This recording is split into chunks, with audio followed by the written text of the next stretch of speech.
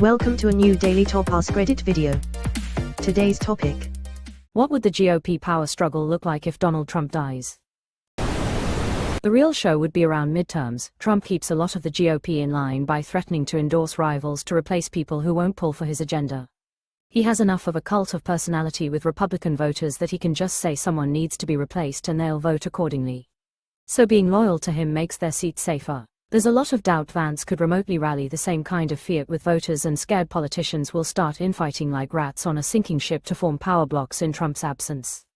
Meanwhile, hardcore MAGAs in the House will likely start finding themselves on the receiving end of backstabs by establishment conservatives who never liked having to tolerate the crowd since the Tea Party days. There would likely be a lot of establishment outsider infighting like you see with the DNC undermining Mamdani in NYC. I view it as more of the negative thing. It's not that Vance can rally or not, it's just that all these Republicans are scared to have Trump trash talk them because his base takes it as commands. I don't think Vance's rhetoric has any legs. When he shits on someone it's forgotten immediately and goes nowhere. Vance has such a lame personality. He's as likable as Jeb Bush. I don't get the appeal of Trump, but he certainly has a lot of appeal with his base. There wouldn't be one. J.D. Vance takes over and points at the celebrating at the left. The GOP machine would keep Trump's base worked up over the lack of humanity the liberals have. They hold memorials and tributes for a year straight into the midterms. They dial up the left will take your guns and destroy your way of life rhetoric, ensuring the midterms go their way. Then it's a 2-year cool down from Trump while trying to convince the base that J.D. Vance is the new Trump. I'm with you as far as that goes, but I don't see Vance holding the party together for any longer. It's a fractious bunch, and he's not a charismatic guy. I also wouldn't be surprised if the grieving MAGA base accuses him of killing Trump and latching on to this idea. News on Reddit has had no new posts in several hours. I think it would actually be filled with conspiracy theories. That could be fun and divide the party. Like Trump found out too much bad stuff about the others and they had to kill him. It's hard to think about what there's going to be because my brain is functional and I'm not as imaginative as a maggot with huge gaps in neurons.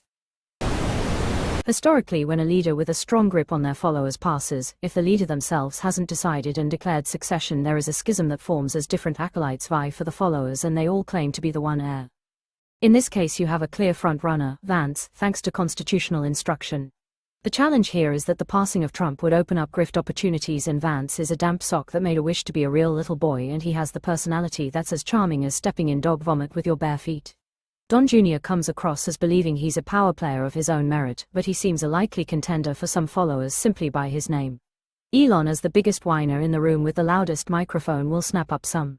I honestly expect a dark horse from outside our usual suspects will cause the greatest schism. Trump's celebrity allowed him to tap into non-voters, and that specific group are the crown jewel of Trump's political power.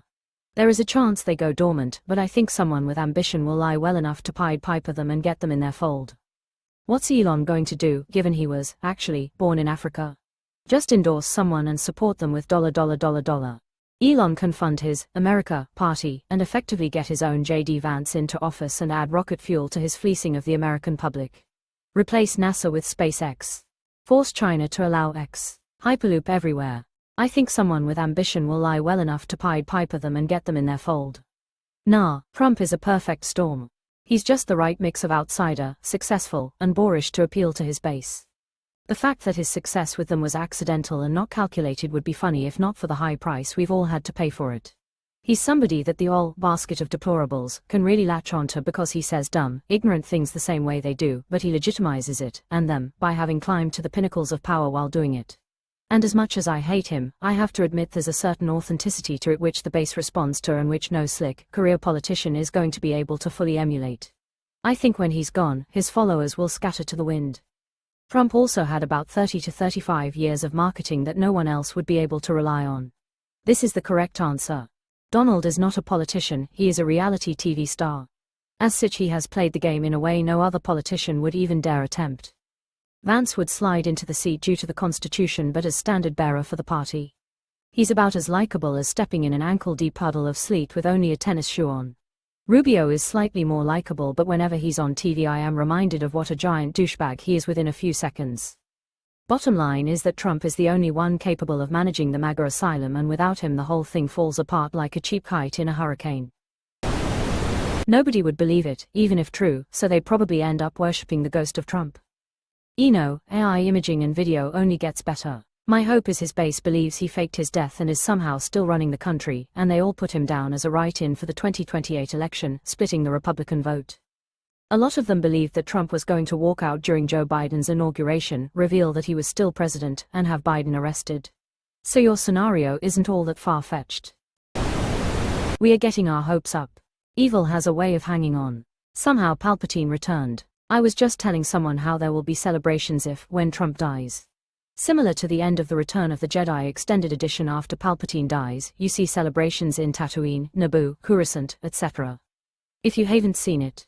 This is 100% true in my experience. I worked at a retirement home through college. The only reliable truth I came up with in 3 years there was that people survived on bitterness and hate.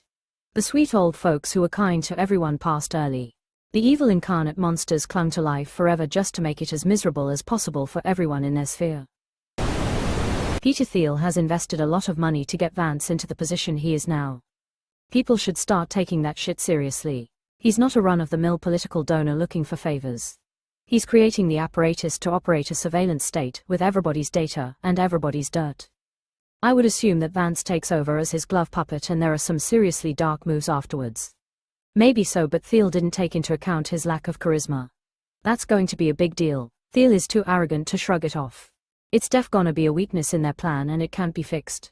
Yeah, nobody is buying JD Vance merch and making it their whole personality like they do with Trump. That whole cultish stuff dies with Trump. And in no way can Vance speak and lie as blithely as Trump. Any attempt by Vance to channel Trump will come off like a cheap imitation and people will notice. There is no one in the ranks of the grandstanding old pedophiles who could hold the cult together. Vance has all the charisma of swamp ass, and people, even in deep red areas of the country, are pissed off at them. That's why they're skipping town halls, and the few that have tried have been practically run out of town. The corrupt imbeciles in the party were willing to ride or die with Trump. I find it highly unlikely they'll do the same with Vance. In fact, I wouldn't be surprised if Trump dies, Vance resigns, and they make Mike Johnson president. That sniveling little weasel has more pull than the Davenport diddler, and he's a religious zealot who thinks God talks to him. Just the kind of crazy the Heritage Foundation wants for implementing their version of theocratic fascism. Let me give you a counterpoint to this. In Austria in the 1980s, the charismatic Jörg Haider took over the Freedom Party, FPÖ, which was nominally liberal, in the European sense, but had always been the home of old Nazis as well. He purged the party of its liberal elements, changed its course to one of opposing immigration, fully exploiting xenophobic and racist sentiments and downplaying Nazi crimes. Essentials. He wrote the playbook for modern right-wing populism. Jörg Haider was a very charismatic individual and ran circles around his political opponents of the socialist and conservative parties in debates by breaking a lot of established political rules. I'll spare you the details of 30 years of Austrian politics, but he managed to get his party into a government coalition, broke said coalition, started a new party, entered another coalition and eventually crashed his car into a tree while drunk driving and died. The leader of the FPÖ then quickly absorbed the remains of Haider's new party, and even though he lacked the charisma of Jörg Haider, he again managed to bring his party into a coalition government with the Conservatives. That ended when a video surfaced showing him doing coke and drinking vodka Red Bull with someone he thought was the daughter of a Russian oligarch and basically promising her to sell the republic to her father. Coalition ended, the party loses big in the next elections and its next leader is hate-filled little man who's completely devoid of any charisma, and now only 7 years later, the FPÖ is poised to become the strongest party in the next elections. The morale of this story. The idea that you need a charismatic leader to get people to vote against their interest and for hurting the right people is a comforting lie we tell ourselves. Is there any evidence that Mike Johnson does not wear his mom's underwear? Many people are saying. Removed. I heard a good joke about Jonestown. Greater than, but the punchline is too long, less than. JD Vance will be a weak leader, the GOP will break into factions and infighting. The infighting would be the threat of not having a president who can threaten to primary people. A second Russia-type investigation would need to happen, and I don't know how that would shake out. The one in Canada figuring out which politicians are susceptible to outside influence has been tough. Parties do not want to admit fault and have issues with certain members. The RCMP wants to be able to monitor these people, the citizens want immediate action. It is a very fine line. Watch this movie, https://en.wikipedia.org/wiki/the_death_of_Stalin. The power struggle will look almost exactly like this. That was a great movie. With a great cast. I wasn't expecting Jason Isaacs to be that funny. Rolling on the floor laughing. For anyone not clicking on this or watching it because the title looks dry as fuck. It's written and directed by Armando Iannucci, creator of Veep, and features Steve Buscemi as Khrushchev, Jeffrey Tambor as Malenkov, and Michael Palin as Molotov. One of the funniest movies of the last 10 years. You didn't event mention Jason Isaacs as Zhukov, in perhaps the best role of his career. I think a lot of infighting happens. Trump is the glue that holds that bullshit together. It will be interesting to see how many of them disavow Trumpism. They will only do it when it is politically convenient to do so.